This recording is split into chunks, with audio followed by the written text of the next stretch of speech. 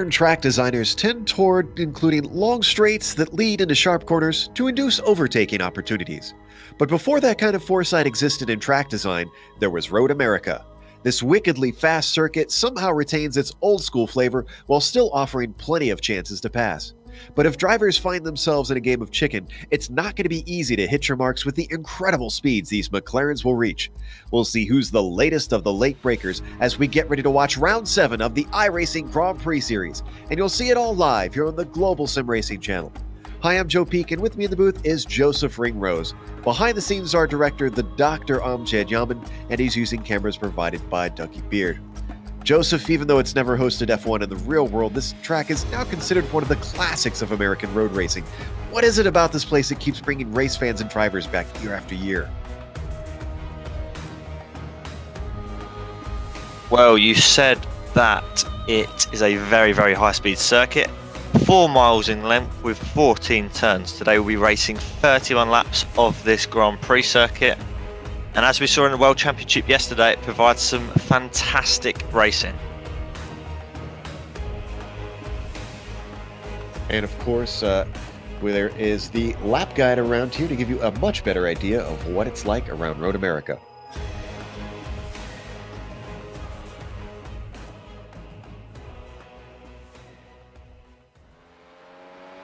All right, we've got Harrison Finch and the GSRC McLaren, so let's do a lap around Road America. Coming up to turn 1, expect the draft on the straight to be the best time to pass, because you'll see the braking into this first corner comes very late. Outbraking someone will take some extreme bravery. From out of there, it's a very short burst down to turn 3, which is one of the more important corners to your lap. Be sure not to mess up the exit, because you're now on the run down the Moraine Sweep. This not only includes the DRS zone, but also one of the best places for a pass into turn 5. The difficult thing about this left-hander is that it's a downhill braking zone, so you often see drivers overcook it and slide wide. After that, you'll climb back uphill into 6, where the crest right where you want to brake will certainly catch a few people out. Then, you're thrown into turn 7, which surprisingly, even in this F1 car, needs a big lift to make it through. That takes you into the hurried downs, where sometimes you might find drivers pulling a surprise attack into turn 8. The car then swings into the long, patience-trying carousel. Incredibly, the car won't get below 120 miles an hour. This is another very important corner exit because your second DRS zone follows the kink. Speaking of which, this is another spot where you'll see a tiny lift out of drivers to make it through. Now as the DRS flap opens, you'll have to deal with the winding nature of the kettle bottoms. That makes figuring out when the driver ahead will take a defensive line a bit confusing, but Canada Quarter still makes for a very popular overtaking spot. Be careful not to put it in the gravel on the exit, and then you'll need a big lift for the blind turn 13. Right away, you're braking for the final corner, where a wheel spin or a bad exit will bite you badly. The car climbs back up the hill on the front stretch, and hopefully, if you kept it all together, you've now finished a lap around Road America.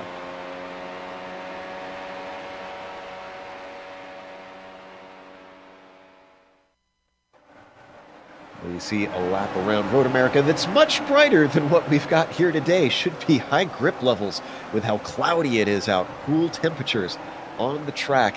Now, as qualifying works its way through, why don't we take a glance at the points championship very quickly. Jorge Montañez continues to extend his lead over Amado Domingo and actually overtakes him, as you can see, as he jumps up to 4th.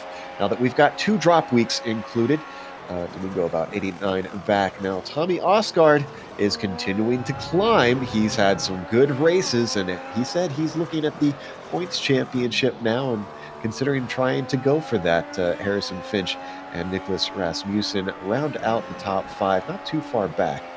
And for anybody who hasn't watched the iRacing Grand Prix Series, Joseph, what are we in store for today?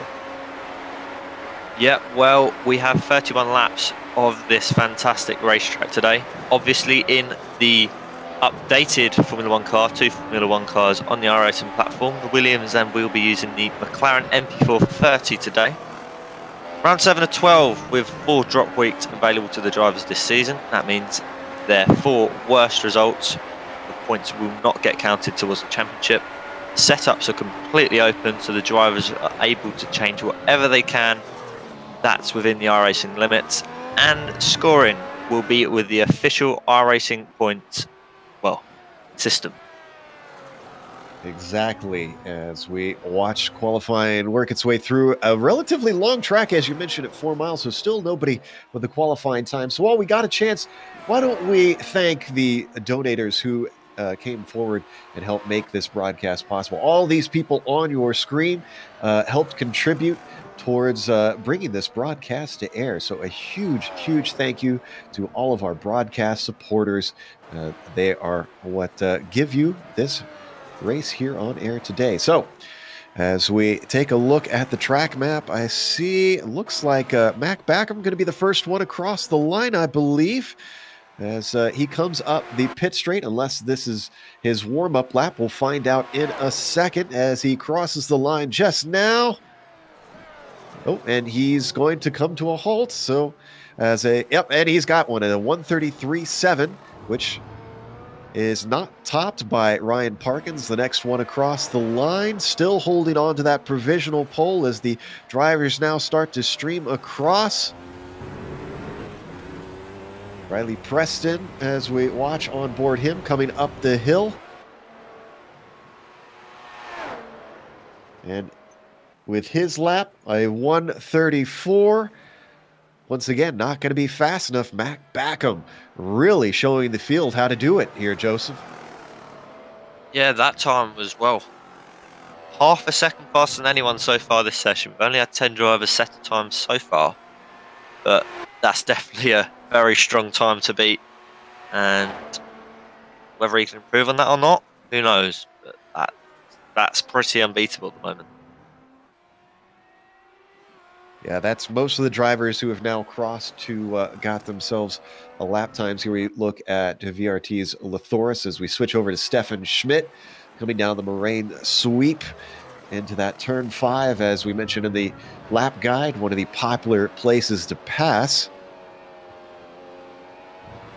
Xfinity Racing Team out here once again. And once again, we have a number of World Championship drivers, as you mentioned.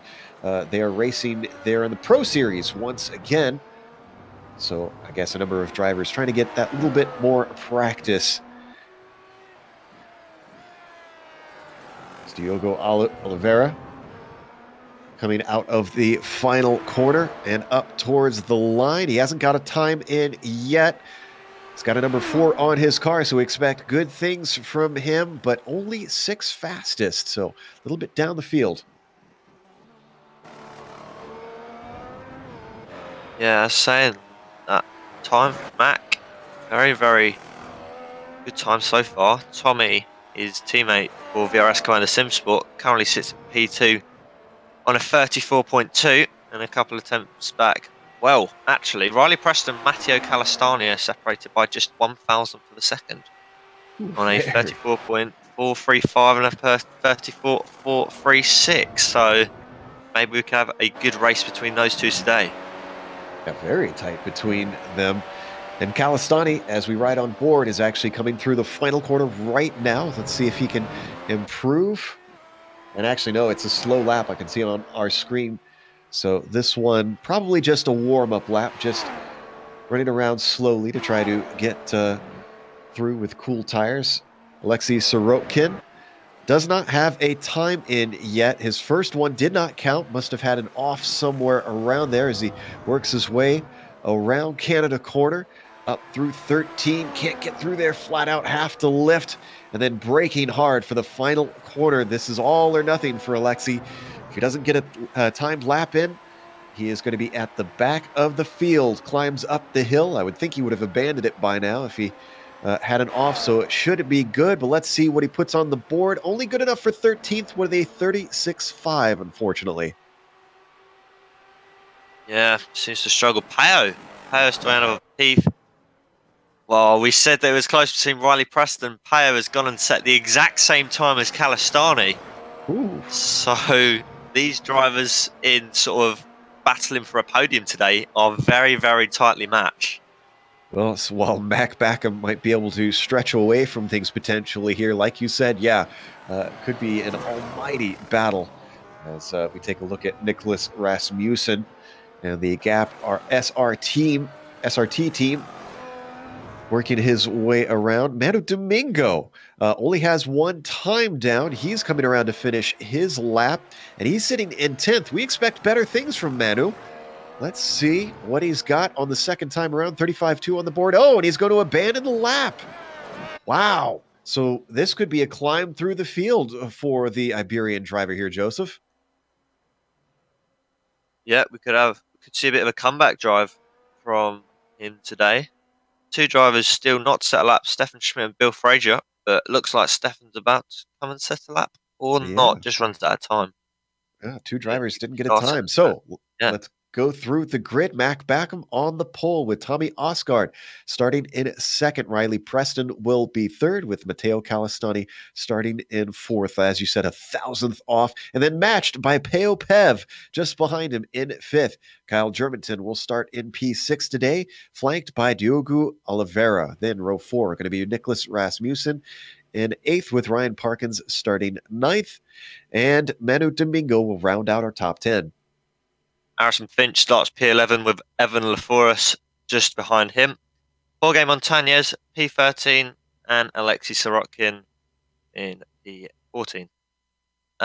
Alexis Mataruco, P15, with Ollie Quoker, P16. And the two drivers not set a time today, Bill Frazier and Stefan Schmidt, will line up on the back row of the grid. Bit surprising with as quick as the lap times were. They were not able to get a time in as we watch the drivers now grid up, just waiting for a few more. And as we mentioned, very cool temperatures out there today. Good news is for Frazier and Schmidt is if they've got pace, it's relatively easy to pass compared to some tracks around here. 2 DRS zones, one down into turn 5, one down into Canada Corner. So they'll get opportunities to try and overtake. And I have no doubt, as we've seen, Stefan Schmidt, bit of a mid-pack driver, probably going to be able to get a few in there today. Is just a few more drivers out there now. They're all out on the grid. So with that, the engines start to rev as the lights come up here in round 7 of the iRacing Grand Prix Series. Green flag is out. And off the line, pretty well matched between Osgaard and Backham. Both world championship drivers with black stripes as they come down to turn 1. And it looks like Osgaard a little bit braver on the brakes on entry, but can't get him around the outside. They're already starting to mostly slot single file as they come to turn 3. Bit of an incident as Manu Domingo runs into the car of Diogo Oliveira into turn 3. We'll get back to it in a bit. Bit messy in the mid-pack there, Joseph. Yeah, we saw Evan Lafourus go off at the back of the field. Now finds himself down in P15 by the looks of it. Getting a bit sideways there, and he managed to make up a position on one of the Affinity cars. So, bit of a 50-50 start there. Some of them quite clean, but a couple of mishaps here and there. Much cleaner down into turn 5, where you tend to see the pile-ups here at this track, but they all start to string out. Mac Backham especially making good on that qualifying pace and showing that was not a fluke, stretching away from Tommy Osgaard, who's now on his rear guard instead, with Riley Preston close behind. Yeah, these drivers are going to be having a good fight today. Mac seems to be the best of the pack, and I reckon we could have a really, really good battle for the podium spots with Tommy Osgaard, Riley Preston, Calistani, Peeve maybe, and of course Harrison Finch. He's shown he's got the pace this season, winning at Spa. And can he translate that into even more pace here at Road America here today? Who knows? Yeah, he's got some work to do. Did not qualify as well as they come across the line. Now, Ollie Quokka had an issue somewhere along the way, but we're going to look at a different replay. This is into turn 3. This is Oliveira. His incident comes out of turn 1. And then looks like, just outbraked himself. Did Domingo, got into the back of Oliveira. He was really an innocent victim. He's on board Domingo. He was a bit offline, but really shouldn't have affected him that much. Wow, just plowed through him. Unfortunate start for those two. But as I mentioned, Ollie Quokka coming into the kink last time around was a bit off, and that sent him tumbling down into 14th position, unfortunately. Boy, that guy just has up and down races, and today seems to be a down one. Yeah, it does seem to be. We've still got, what, 29 laps to go, so it's not his race over, but he's going to have to do some fighting to get back up into the top 10, push further on. Bill Fraser's had a very good start, starting from P17, now finds himself up into P11, so good start from Fraser there. Yeah, I was taking a look at that myself and amazed that he'd already made that kind of progress. We wondered if he and Stefan Schmidt could make some passes. Well, the answer is yes and no. Fraser has, Schmidt has not. He's still down in 17th.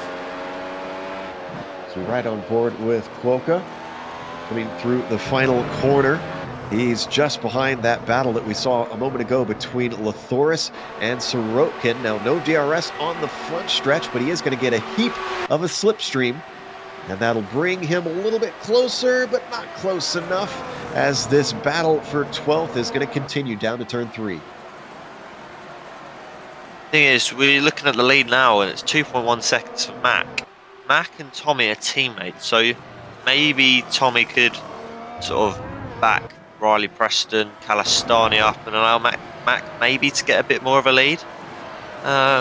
Be interesting to see, but Mac's definitely the fastest. Whether he'll need that or not, who knows? Do you think Coanda would play those kind of tactics? As Tommy Osgaard has a big off coming into the hurried downs, and that is going to put him on the back foot with Preston, who Preston now goes off. And Matteo Calistani takes a peek into the entry of the carousel, but can't do anything with it. And now things finally settle down. I'll repeat the question, Joseph. Do you think Coanda would employ that kind of tactics here in this race? It's difficult to say. I mean, obviously you see in the World Championship, every single Grand Prix Series race, you have Kroenke, you have De Jong, all fighting for that lead. Never really seems to be any team orders. Whether it'll be any different here today, we'll have to wait and see as Tommy Osgaard goes off once again. So maybe Tommy's struggling at the moment. He's lost 1.4 seconds so far this lap to Mac. So, and you work quite a bit with the VRT team. I would imagine that setups are a little sensitive to the weather. Do you think maybe he got caught out by the cloudy nature of today? I mean, Evan got involved in a bit of an incident at turn 1, and I think the weather does play a massive part. I know that we've been testing a lot in sort of the higher weather conditions. It's been a bit hotter than it is here today, but Pao's doing a solid job in P5 at the moment.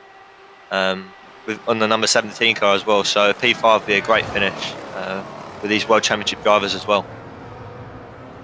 Here as we watch Calistani still in this hard fight with Preston, can't do anything up to 6, so just going to stay in line now as they come up to the hurried downs. I believe we had another change for position as Fraser gets another one over Parkins, now into 10th. I think we got a replay. Was this into turn 6? I believe it was. Here's Fraser. Oh, he was helped by a big error by that Gap SRT car. Stuck his nose in, laid on the brakes over that crest. Nice stuff from Bill Fraser. And we look to have a man in the pits, Alexis Mataruco, in the pit lane. Been in there for a minute and a half, so it's not looking good for him there. Maybe. Yeah, this is not scheduled at all. Very early on. And I found it. Looks like he had a spin in the carousel, lost it all by himself, and wound up in the tire barrier. So hence why he had to take a tow and get some repairs as we check back in on our leader. Is now up to 4 seconds. Mac Backham absolutely destroying the field. At this point, even though it's early on, it is his race to lose. Now, speaking of prep for this race, I assume your team has talked a bit about tire strategy. I was told that it's for sure a one-stopper, but tire wear a bit of a concern out here. Is that true? Yeah, it's not. It's definitely one stop from our point of view. But the tyres, especially the carousel, that's quite rough on the tyres. The tyres can get quite stressed here, but again, it's only a 31 lap race, so it shouldn't be an issue unless the guys are really struggling in the dirty air or severe lockups, etc., etc. But yeah, one stop should be the way to go. We saw Kyle Germanton there for a moment. Now we switch to Jorge Montañez, who now has to look in his mirrors because guess what? Bill Frazier has already overtaken him, and Ryan Parkins hot on his tail. Frazier now up to 9th. Parkins following closely. He's going to get the DRS down here into Canada corner. Not sure that they really needed it this track with how long these straights are. Ooh, a bit deep there for Frazier into Canada, but he holds it together. And as this was happening, understand that Harrison Finch managed to overtake Kyle Germanton. Let's see, where was this happening? Down into Canada corner with a healthy dose of DRS. Ducks into the inside and doesn't even need to outbrake him. He's able to get back to the racing line. And something happened to Sorokin here. Breaking down into that same corner. Oh, no, maybe into turn 13. Let's see. Oh, yeah. Oh, rear came around on him. Oh, and a hard slam into the concrete where there are no tires to save him. Joseph, that is certainly going to send him into the pits, and it did. He is in there now. Yeah, he's in the pit lane, and it doesn't look too good. He's got steering damage. He's pretty much holding a 45-degree angle with the steering wheel just to go in a straight line. Heavy damage to the front wing, so that might be the end of Alexis' race as well. Sad to see. No spare cars here at this level of racing. If you break it, you bought it, as Bill Son likes to say, as we jump into Parkins, and Parkins got by Montañez when we weren't looking. Let's see if this was recent. Maybe we could get ourselves a replay. Yeah, looks like this happened with the DRS down into turn 5. Montañez very much moving backwards. Despite getting a win this season, Jorge, the Iberian driver, Joseph, he is not liking this track, it seems like. Yeah, maybe just doesn't seem to suit him. Struggling here today. I've been watching from the sidelines, but he's been very, very closely matched with the VRT guys this season, and quite often on top of them. But just doesn't seem to be. I don't know whether it's the circuit, maybe just the temperatures, but nothing seems to be clicking here for Jorge today. Let's check in on that battle for the podium, because that is not separated by any stretch of the imagination. Still half a second between Oscar and Preston, Preston and Calistani, Calistani and Pev. Second to fifth, all in a line together. Closest really between Preston and Calistani for that final spot on the podium.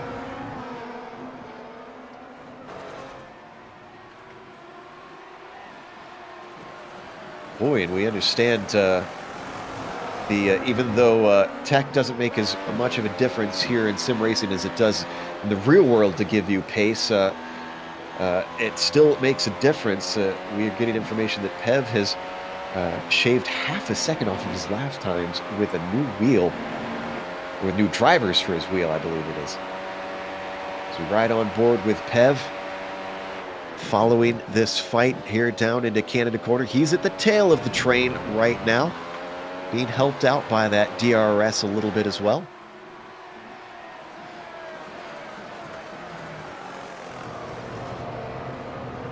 Hitting the front stretch now. As we said, no DRS up this straight, just going to be raw pace, what the slipstream can do. Getting close to that pit window, I was told about 12 laps in is when we could expect drivers to pit if they want to go for the undercut, Joseph. Wondering if some of these three here in this fight might try and go for that. Do you think it'll be powerful enough? It's a long pit lane.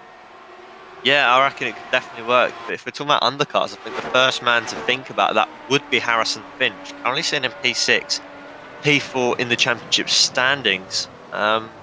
He's definitely pretty level on pace with the likes of Eve, Calistani and Preston. So he can hit maybe 1-2 laps early and get the jump on those guys. Who knows? You know, that could be a podium spot for Harrison Finch there, and P2 is on the cards for any of these top, well, between P2 to P6 at the moment. as we watch the Coanda driver work his way out of the carousel into the kink. Another close fight for a train that we've got is a little bit farther down. Now, what's interesting about this in ninth is Bill Frazier up at the front. He was making such a hard charge. Well, he stalled out now. It's about 2.5 seconds up to Nicholas Rasmussen, and that has not come down recently. Plus, Ryan Parkins has been holding on his tail, along with Jorge Montañez, who's finally stopped the bleeding there in 11th. Yeah, his pace has sort of seemed to settle. He's been battling with Evan Laforas, who's 4 attempts behind him currently. Interesting to point out, obviously, Diogo Oliveira had that incident on lap 1. We wouldn't really expect it to be this far down, being in the World Championship. But maybe some damage to that car, because I would have expected him to close up to these guys. Yeah, he got clipped on the left rear, so maybe he got lucky and no aero damage on that car. Of course, he did skitter through the gravel, so that could have hurt the under tray. We just don't know. As you said, currently sitting in 14th, behind the driver that actually hit him, Manu Domingo, up ahead and in 13th. I suspect both those drivers think, as you can see the damage there on Manu on that front wing, both drivers just waiting for the pit stops, most likely, to try and get any repairs done that they can. Ooh, back in the background, we saw Diogo have a bit of a squirm on the power coming out of turn 5. But collects it back together. That's certainly not going to help him. Other than a few passes here or there, it's certainly settling into a rhythm here in the race, Joseph, as I expected a bit more close action between the drivers on these long straights. But I guess everybody maybe just employing strategy at this point, thinking long-term on this race. Yeah, I mean, everyone sort of seems to be 2 sections to this race. There's sort of the front section battling for a podium, and it's just sort of a train. And then you have sort of the guys battling for the top 10, and which is again another train.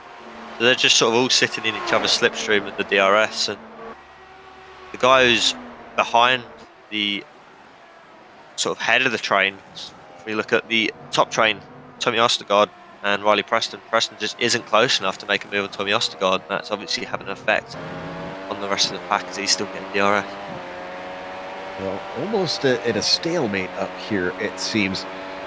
We were watching Kalastani, who's really the closest, being hounded by Pev down into turn 5. And as they break for that, Pev is so close, but not close enough. He is getting the DRS, but maybe drivers using the energy recovery systems, using the battery to just give that little bit of a boost in those long straightaways, try and keep themselves safe. Maybe that's what's causing these drivers to not be able to make passes down into those heavy braking zones. They now head into the carousel one more time. The other thing that I find interesting here, Joseph, is we've seen a couple drivers lose it on their own through these fast corners. I was told that either low or medium downforce is the way to go in these cars. Does that make them pretty loose in those high-speed corners? Do they get a little shaky when you're in the heavy download or the heavy load high-speed corners? Well, when I've been driving this car this week, I mean, when I've driven it, the car feels pretty comfortable through the high-speed corners. It's just sort of the traction zones where I've been struggling. I don't know whether that's just me or whether that's just the nature of the car. But yeah, just sort of some drivers just don't get used to the setup within a week. I mean, we've seen Domingo and Montañez just sort of seem to be struggling here today. On board with Bill Frazier, even though he got past Ryan Parkins, that is not a done deal. Parkins was very close recently, and he uses the slipstream to close in through turn 1, holds on to him. This is going to be the critical corner out of turn 3. Can he hold on? And yes, he can. He is incredibly close with a heavy dose of DRS is going to kick in right about now. Let's see if he can make the pass down towards turn 5, boosted by the lesser downforce. Tries to outbrake him at turn 5. Can he do it? He's got the inside line. Bill Frazier can't quite hold him off. He's going to have to finish it in turn 6, and now he's got it done. Frazier also has Montañez behind him, but he cuts him off and gets back into the racing line. Oh, but he's off track. Down into 8. Montagne is still not able to do anything with it, but look at how this has backed up these three here, Joseph. Yeah, it's really backed them up. And as you were mentioning that, we had our first sort of scheduled man into the pit lane. Manu Domingo came in, 8.8 second stop, had to make a change for his front wing. Obviously due to that incident on lap 1. So whether he'll get the undercut, I doubt it. Unless these guys have got damage that he was battling. But out at the back of the field. So the first domino falls. Let's see if anybody else takes. That was on lap 11, so a little bit earlier than we expected. He might have to really nurse those tires to the end. I saw someone else, and Montañez. Yep, maybe just a PSR strategy. Both teammates. So could we see Kalastani and Finch in the next lap? Maybe coming in pairs. See if it's a nice and clean stop. Doesn't seem to have any damage to that green and navy car. As he makes the long trip down and hits his marks nice and solid, up and down and out. No dramas for Jorge Montañez. 3.9 in the pit stall, so slightly slow. And he's back out and racing once again. They'll put him in 15th as all the drivers who have not pitted were able to streak by. Fans of Mac Backham, well, it's now up to 9 seconds, and he's still leading. Our World Championship drivers, Black Stripe drivers, all 1, 2, 3, Backham, Osgaard, and Preston, except for Oliveira, back in 12th. Of course, we saw that early incident, and he's still trying to recover. Oh, and Cuoca, does he have another issue? I think this was in the hurry downs. Yes, indeed. Into turn 8 all by himself, Joseph. And you talked about trying to get on the power out of some of these slow corners. It looks like you're not the only one struggling with it. Yeah.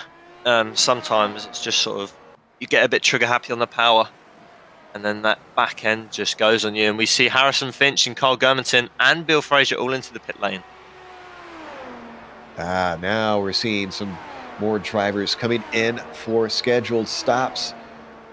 Fraser running independent, we understand. We're not sure if he has a team that we don't have entered into our data, though. But I have to imagine that's got to be so much harder working by yourself to be competitive in this field with these cars being so complex, Joseph. Yeah, I mean, you do have some bits sort of to help you. Obviously, you have the VRS setups, which are completely free, and I'm sure he's probably using them, but he's currently having a very, very long stop. I don't know whether he's got an issue or not, but he may have sort of guys that he works with, unless he just completely works on his own, just builds the setup by himself. But personally, I think obviously being in a team helps a lot more because you get a lot more feedback from various drivers and then can make that perfect setup for your drivers. Now, Harrison Finch had a long stop at 9.8 seconds, and that's put him back into the clutches of Germanton as we ride on board with Kyle. And does that look like, does 9.8 look like a wing repair, or that's just not expected because we didn't really see any dramas for Harrison? Yeah, I don't remember seeing Harrison getting involved anywhere, sort of incidents-wise, as Kalastani comes in the pits, the last of the PSR cars. But 9.8 says to me a wing change, but I don't see where he sort of had an issue. Maybe, I don't know. We obviously, none of us has seen anything. Maybe something that's just gone over our eye and obviously forced that wing change. Nicholas Rasmussen coming down the lane we saw. Now Kalastani, as you mentioned, also comes in and hits his spot. So we're waiting for our top 7 drivers to come in still. One of those being Oliveira. So he must not have got damage because I would think that he would be in as soon as possible, especially if it was hurting his pace. He's still out there circulating around. It's the last of the cars who have not pitted yet.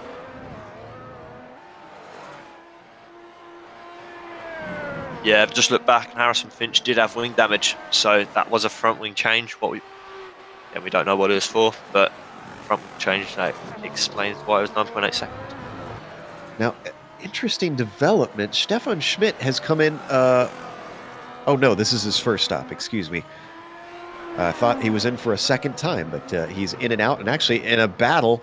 Ali Cuoca looking to the inside, down the Moraine sweep. Is this going to be a slam dunk? Cuoca well ahead into the braking zone. And with that, the Diatch driver moves himself into 14th, but this is not over. Bill Frazier set back there. Now, how did Bill Frazier get back? A 23.2 second pit stop, so something's happened to Bill there as Riley Preston comes in, along with Tommy Ostergaard. Ooh, so top drivers in from the podium.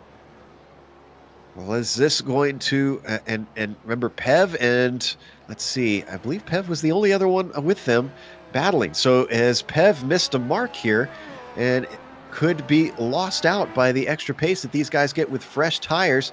They're already back out on track.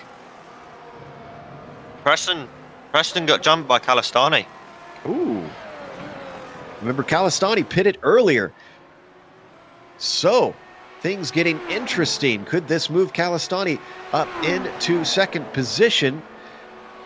And he's only pitted one lap earlier, so those tires shouldn't have too much of a difference between them at the end of the race. But great strategy call by Calistani. Yeah, it looks like he's just missed it. Calistani with the early stop.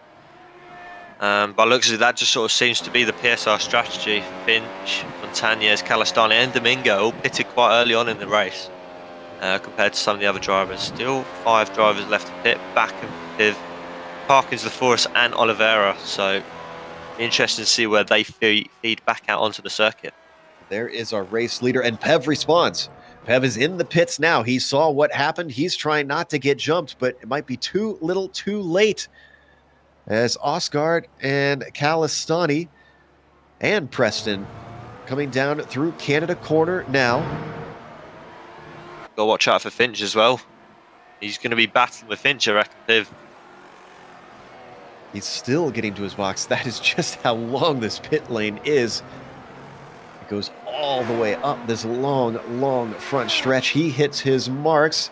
Here we see Finch. I think you're right, as Osgard goes through.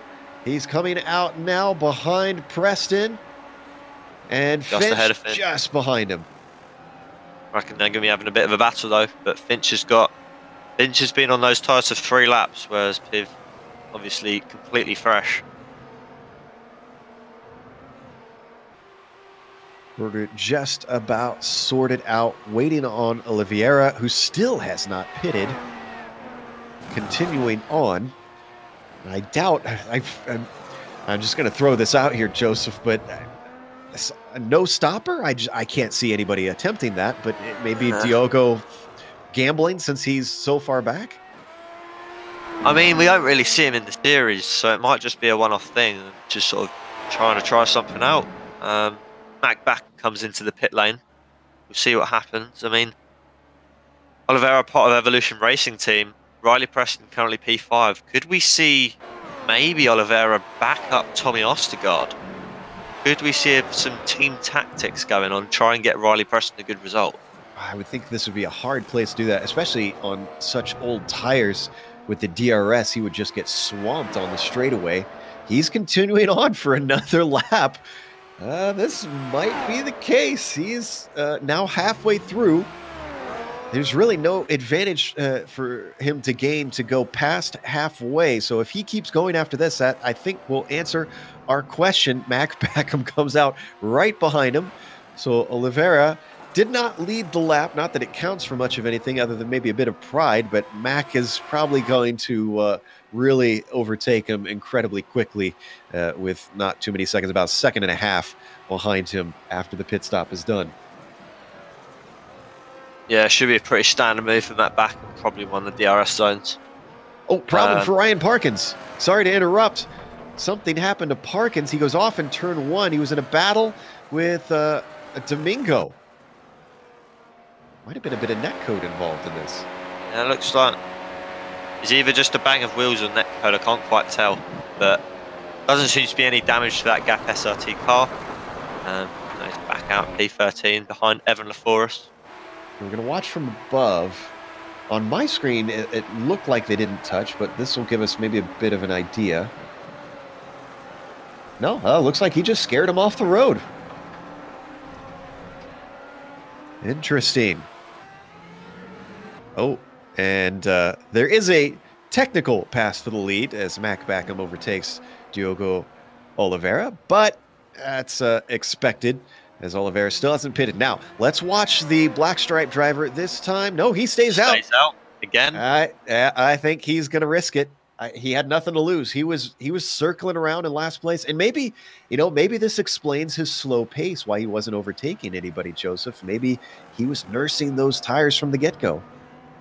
Yeah, I mean, it kind of adds up if you think about it. I mean, I think obviously the one-stop strategy, I reckon, is faster, but it's always worth the try. He raced yesterday in the World Championship, and you know, why shouldn't he try? He's not avidly racing in the Grand Prix Series. He's got nothing to lose. He's not fighting for a title. He wasn't in the fight for the win of this race anyway. So why not give it a try, see what happens, and maybe you can get a good result out of it. Right now, he's circling around about 138, 139s. Now, these cars do have a cliff. These tires have a cliff, just like the real-world tires, the real-world Pirellis on Formula One. And he's got to watch out for that. Even though he could be holding pace now, at the end of the race, his pace could drop off significantly. That's what he's trying to fight against, running around at the speed he is right now. He's got about 6 seconds back to Tommy Osgaard, so he's got a little bit of time. So, I don't know, Joseph. What do you think? Maybe top 10 possible for Oliveira? What do you think it's looking likely here? I think top 10 is possible. It just depends how quickly those tyres drop off as he stays out for another lap. So, I think he's definitely going to go for the no-stop now. There's no reason. If he was going to pit, he would have pitted way earlier. We're now 19 laps into this Grand Prix, and he finds himself still out on track. He's very close in that battle all the way down sort of P3 to P8. So maybe P9, possibly P10. And check out this battle on screen. Lathoris and Domingo. There's a battle for 11th. Domingo goes defensive up into turn one. Lathoris follows him. The Australian doesn't have enough pace, so he's going to try and wait for that DRS zone. He is well within that gap, as he was as close as under a tenth at one point. And here we go. That flap is going to open, and he's within the slipstream to boot, heading down into turn 5. Another defensive move from Manu Domingo. The Iberian driver very much under threat, looking for the over-under. Oh! Spins the tires off the corner, and poor Evan Lathoris was not expecting it. Gets into the back of him. Did that damage his wing? Taking a look here from the back of Domingo. Oh, yeah, that is definite damage. You can see it visually there, Joseph. Yep, that's obviously not what I've been wanting to see, but that's racing. Still P12 under threat from Parkins, and Ollie Quoker 26.8 seconds behind, so I don't think he'd be challenging LaForest anytime soon at the moment, just because he's just so far back. Oh, Oliveira comes in. Yeah. Yep. He says enough is enough. I don't think this is going to work like I hoped. Let's see. Last lap at 138. So he didn't really drop off. But let's head over to his team. We have. Oh, head over to his teammate. If he's going to go for the move on Preston down the inside of turn 2. Is he going to have DRS? Well, let's see here. And yes, he does. So he got the DRS. Was behind when it went through the marker. Wow, great stuff. Riley Preston already looking to go back on the attack to see if he can get it back through turn 6, but nothing doing there. behind them, Harrison Finch was keeping a watchful eye, but despite the battling, wasn't able to do anything with it to get himself into the top 5. Oh, did something happen with Lothoris? Oh, they're off track at turn 5. Domingo. Damage. Oh, they came together in the braking zone and hard. Poor Lothoris smacks the concrete. Domingo's probably going to be able to continue with minimal damage.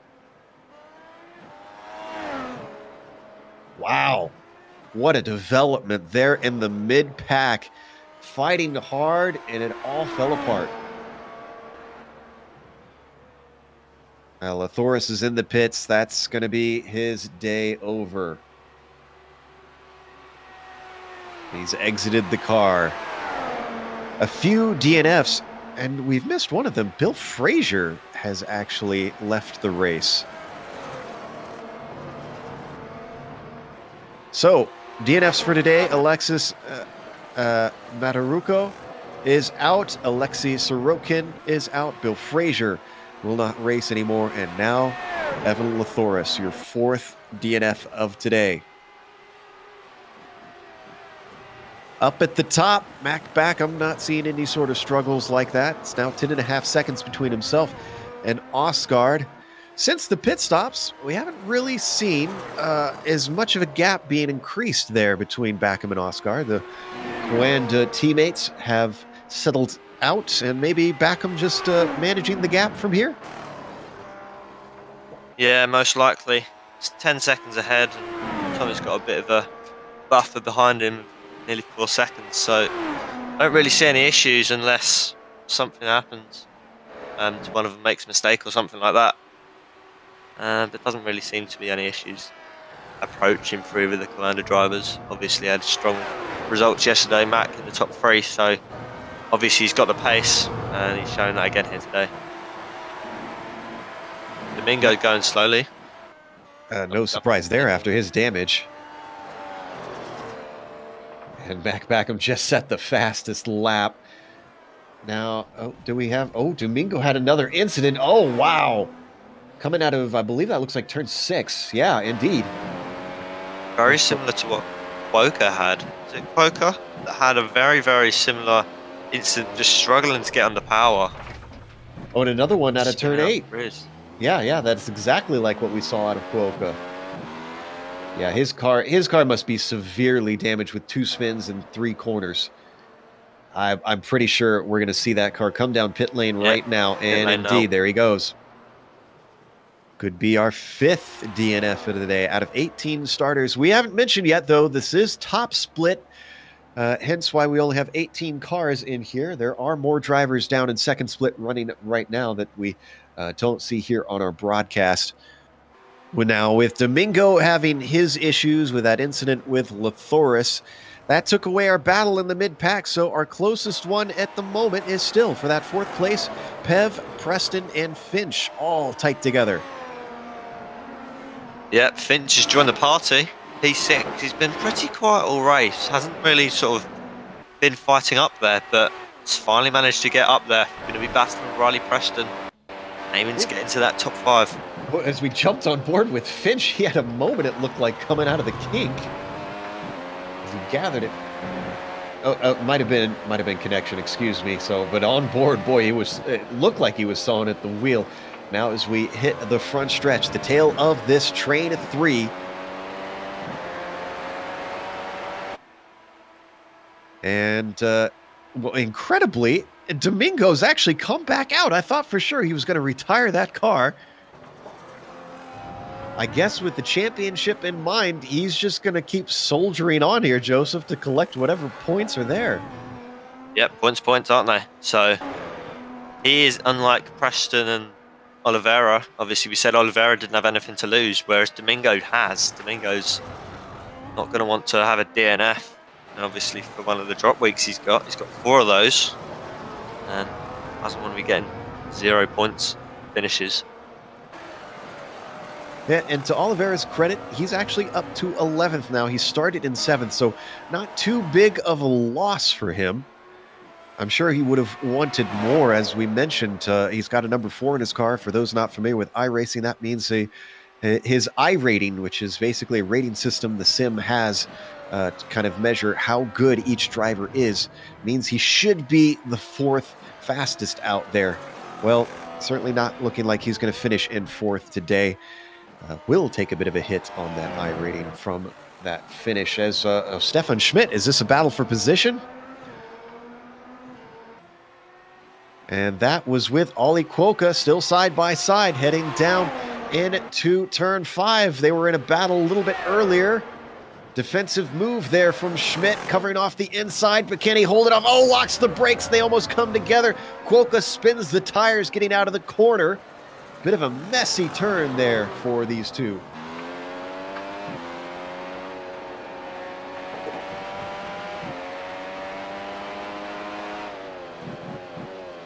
Boy, interesting stuff here at the back of the pack. This is a battle for 12th as we ride on board with Cuoca. He's going to try and close the gap once again. He'll get the DRS here as he's still within half a second down through the kettle bottoms.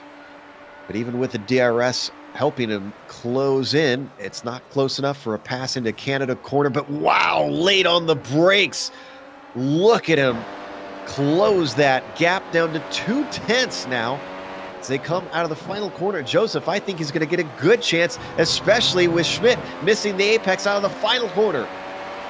Yeah, Cuoca's had a good run on Stefan Schmidt. Is he going to be able to get there? Yeah, he's a little far back. No DRS. Yeah, that's always been quite odd to me that there hasn't been DRS down the sort of front straight. But again, two very good sort of other long straights to have those zones. Yeah, with much heavier braking zones, we should point out as well that turn 1 is always so quick. So I guess maybe it makes sense. It'll help a lot more. And speaking of helping a lot more, Cuoca now down to the inside. He's got it. Using the late braking zone to his advantage. Oh, yeah, got a nice little battle happening over there as well. Heading on to that front stretch, this is Montañez and Rasmussen. Jorge is going to give a big old hole in the air to Rasmussen. But just like we saw just moments ago, as big as a hole as he's cutting it in the air, it's not enough for Nicholas to close in. But he is going to get the DRS down the moraine sweep. Let's see through turn 3 if he could just execute cleanly through here, and he does. He's very close, actually. I've mentioned Rasmussen too much this race. Sort of been in his own bit of no man's land. Oh, and a late dive. Oh, sees it at the last moment. Montañez thought he had the apex, but Nicholas says, no, you don't, and gets P8. Oh, and Preston has an incident. Now, what happened here? Completely missed this one. Oh, no. Is that at a 13? That looked like it.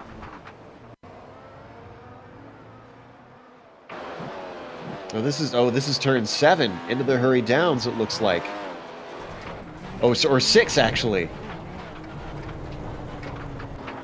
Wow, hard hit.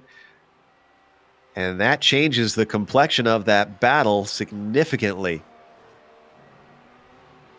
Preston, now our 5th DNF of the day, and the first of our black stripe drivers to be out of this race. That puts Harrison Finch in P5. Nice top 5 for the UK&I driver. I guess that just goes to show, Joseph, that doesn't matter if you have that pro license, you can still make mistakes. And Jorge Montañez is in the pits. Did he have contact with Rasmussen, or that's the only sort of, unless he's spun on his own, obviously. I didn't see a spin. I went back and checked. Yeah, this is unusual. He is taking tires. maybe not enough fuel to get to the end. We're down to 6 laps to go. Yeah, there's no refueling in the GP series. Oh, this is true.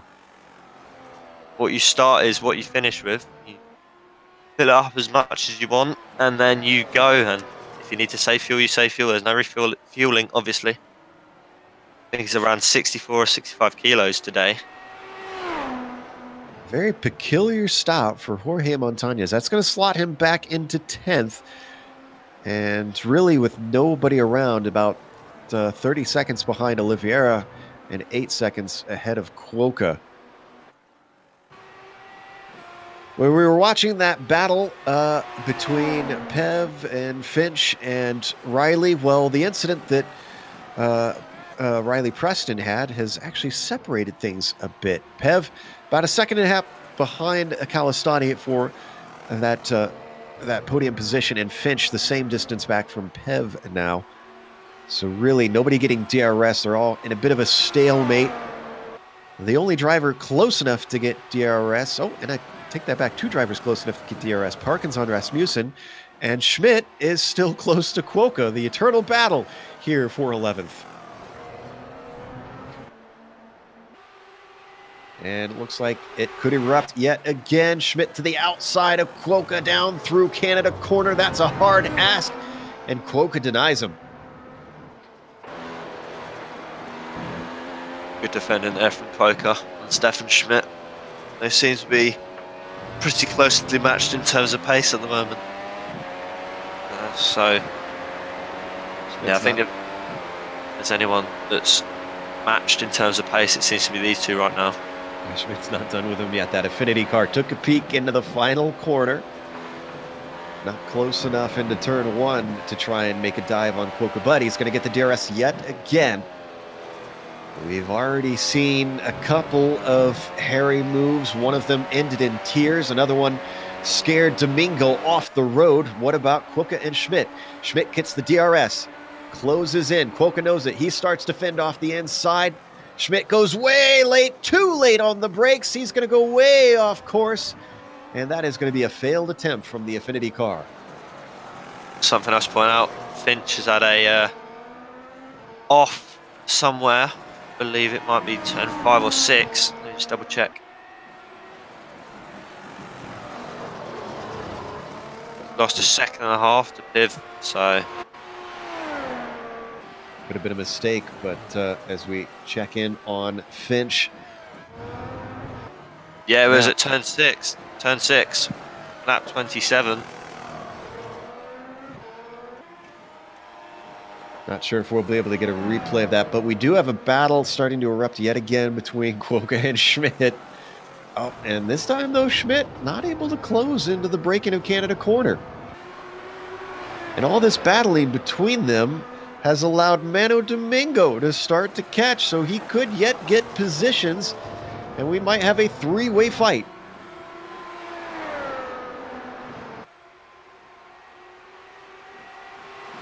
Schmidt closing in on the front stretch. Haven't seen many passes up into this first corner.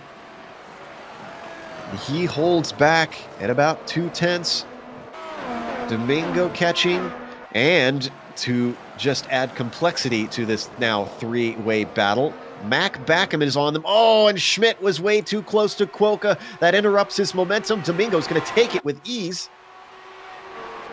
He streaks by down the Moraine sweep. Cuoca does not defend the racing line, doesn't feel under threat. Backham gets by one of them.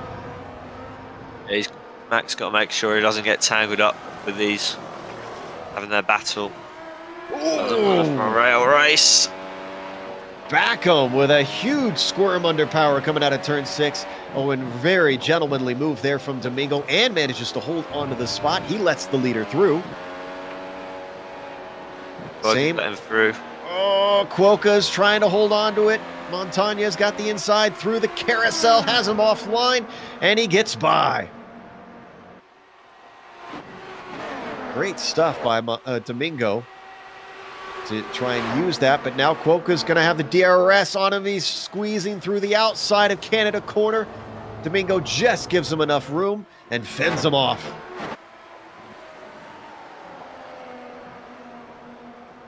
Manu, 2 spots in 1 lap, getting himself into 11th.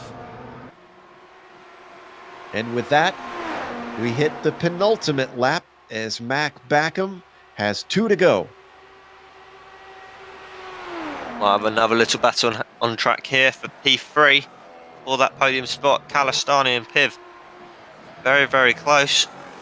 4 attempts now. He's got 2 laps to do it, Piv, if he wants to get on this podium. We saw him have some issues with passing at the Nürburgring. Raised the ire of a driver or 2 with some contact. Kalistani has a battle here a little bit farther down. Oliveira has recovered up to 9th with Rasmussen. Did he just make an overtake, actually? Or is Rasmussen chasing him?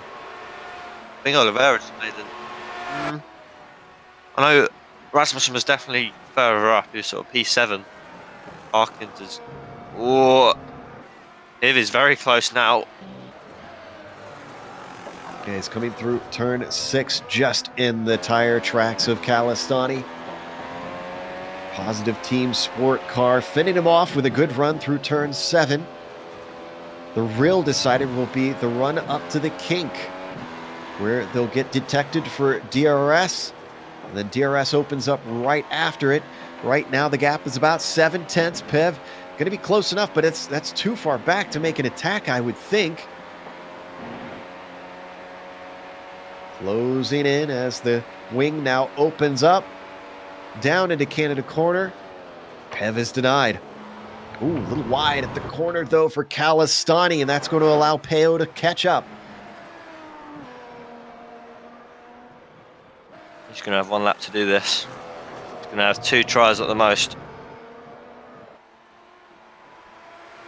Going to get a healthy dose of that slipstream up the front stretch one more time. Remember, Backham on the final lap. We'll jump over to him if he gets close to finishing, but we're watching this battle for the final spot on the podium. Up ahead of them, Osgaard well safe ahead. Once again, DRS opening up for Pev. Probably using the energy recovery is Kalistani, but it's not going to be enough. Look at him go defensive as how quickly he catches up. Going to make him go the long way around, almost making contact, and Pev isn't successful that time. He's going to get 1 more bite at the apple. Yeah, he's going to have DRS going into Canada corner. Work their way through the hurry downs, through turn 8. Seems a lot more confident on the brakes than Kalistani there. And I think we're going to be able to see the DRS zone because we got to jump away right now to Mac Backham. As Finch has an off, we'll go check that out later. But Mac Backham with the white flag now turning into the checkered flag is going to take the win in dominant fashion here at Road America. And as that's happening, the pass is happening for P3, or is it Pev breaks too deep? Kalistani gets it back. It looked like a sure thing for Peo Pev. Can he get it on the run to the line? Defensive move from Kalistani through the final corner. It's going to be close. Drag race to the line. Pev has the slipstream. He ducks to the left side and just half a car length short. Oh. Half a tenth in it between the 2 cars. Here's the replay of the initial attempt at the pass down into Canada. Look at him. He had the DRS. He was well past him. All he had to do was brake firmly for the corner. We'll watch it all the way to the line here. Great defense by Kalistani. Withstood the pressure. Got to the power just in time. Boy, another, 50 feet? I think you would have been overtaken. Very close between the 2. Osgaard did get second. Now, what exactly happened to Finch? We heard word that he had an off, maybe? We're going to see if we can find the replay. I didn't think we would get this, but let's see if we can... Oh, excuse us, that's the start. Here we go. Here's Harrison Finch coming down to turn 5, maybe just outbraked himself. Looks like we'll be able to find it. We'll see if we can find it during the break. So with that, we are going to break here on the Global Sim Racing channel. We'll come back with the official results as well as driver interviews. And on screen, you're going to see all the upcoming races here on GSRC.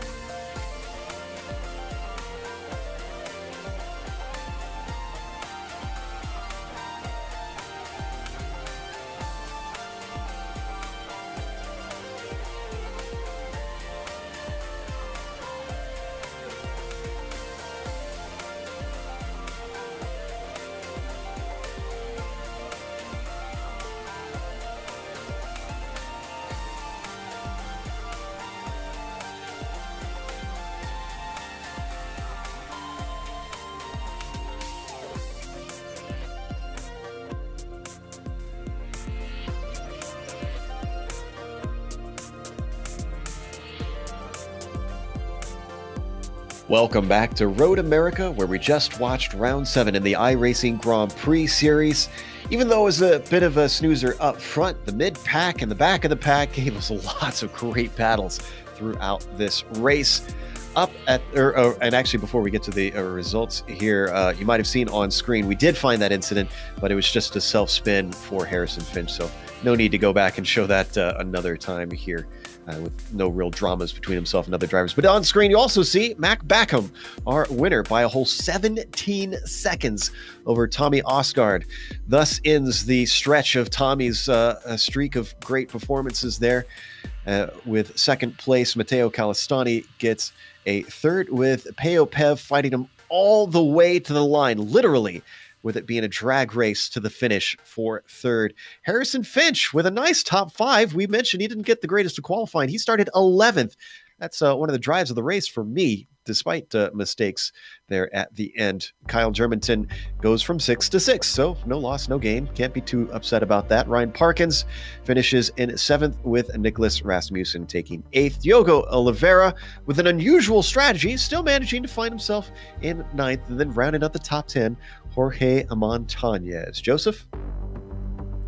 Yep, and everyone else from 11 downwards was a lap down, so we had Domingo 11th, Quoker 12th, and Stefan Schmidt were your remaining finishers. We have 5 DNF finishes, 1 Field World Championship driver, Riley Preston, And we had Evan Forrest, who got together with Manu Domingo, Bill Fraser, Alexis Sorokin, and Alexis Mataruco very early on in the race.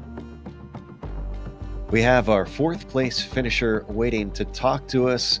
And as we bring Peo into the booth, first thing is we got a correction this week on pronunciation, so just want to check. I hope I've been saying it right today. Peo Pev, correct? Exactly, you got it right. Awesome.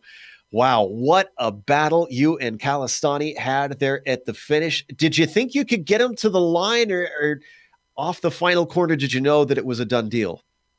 I didn't check my e-race. I just ran out of e-race by the end of the straight. Maybe we would have just finished neck and neck. And it certainly seemed like an exciting one for you throughout. You were really in the thick of a pack of cars through most of that race that kind of thinned out towards the end.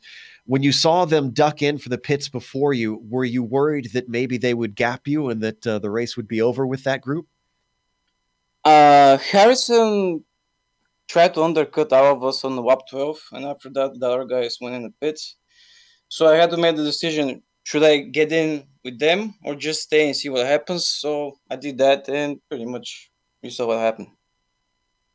Now, I see you're in the club Central Eastern Europe. That's a bit generic. So specifically, what country do you hail from? I'm from Bulgaria. Ah, very nice. So good to see you representing them out here, and you represented them well with a well-earned 4th place finish. Nice job today. Thanks, man. As Peo Pev just outside of the podium, but still giving us some great action. Now we have fellow UK&I driver here to talk to Joseph. Harrison Finch just behind him in 5th, going up the field today. Joseph, why don't you ask him about his race? Yeah, Harrison, you qualified P11, managed to finish P5. So what happened in your race? Yeah, qualifying was really bad because that was actually my first lap of the day because I was watching F1 and they only just signed up in time. So yeah, the qualifying was bad, but the race went all right apart from the pit stop because they changed my front wing, even though I didn't think I had any damage at all. I think in the end that probably cost me the chance to get the podium because I would have got ahead of all of them with the undercut. It was 2 or 3 laps on some of them. So yeah, that's a bit annoying. Yeah, you've showed the pace this season. We move on to Motegi, I think, next week. I know that isn't a track you've driven a lot. What are you expecting from there? Well, I'm not actually going to race because I'll be doing the Mud Drive 24.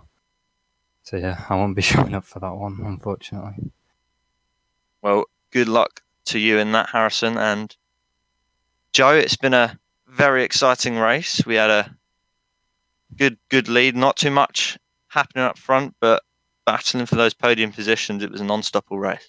Yeah, and you still have to admire what Mac Backham was able to do in top split here in the strength of field race. That says something about the pace of that world championship driver. So we can't really lessen that win at all. Before we go, obviously, we want to once again thank the iRacing Grand Prix Series community and all the drivers who have donated. Here we see them one more time just to give them that little bit more credit for helping support the broadcast and get it to air. Also, thanks to Jan Brazina, who helped organize that donation effort. Thanks to the companies that provide the software and hardware for our broadcast listed here on your screen. Additional thanks go to Eric Ekholm and Casey Lalonde, who provide our wonderful music. See the screen for how to get a hold of more of their great work. Also, thanks to the team today, Joseph, Amjad, and Dougie. If you'd like to find out more about GSRC, including upcoming races, you can find it at globalsimracingchannel.com. You can also check us out on social media. We're on Twitter at GSR Channel, Facebook at Global SimRacing Channel, and Instagram at GSRC_Graham. Don't forget to head on over to our YouTube page if you're not there right now. And we've got a big red subscribe button. Hit that so that you don't miss a moment here on the GSRC. The next race, as we mentioned, going to Motegi over to Japan. That'll be Sunday, May 6th at 10 a.m. Eastern. We also have upcoming races for other series listed on the screen, so check those out and mark them down on your calendar. However, until next time, race clean, race hard, and we'll see you on the track.